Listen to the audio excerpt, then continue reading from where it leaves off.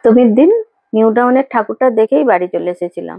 তো মা বাড়িতে একা ছিল তো, সেই কারণে তাড়াতাড়ি বাড়ি চলে এসেছি। পুজোতে ঘুরে আমার শরীরটা খারাপ হয়ে গেছিল, তাই এই ভিডিওগুলো দিতে আমার একটু দেরি হলো।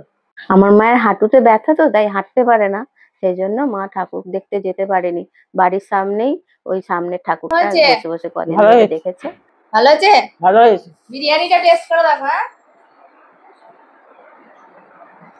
দেখো বিরিয়ানি শেষ করতে হবে আজকে।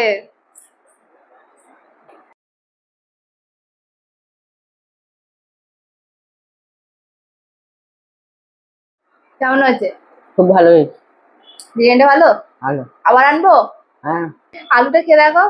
তাও আমি খাই।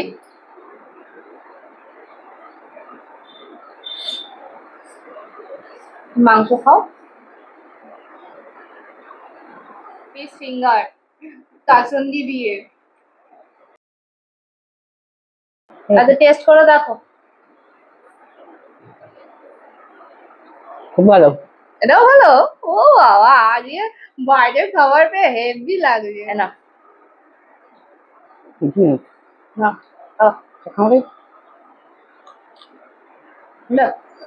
খুব ভালো।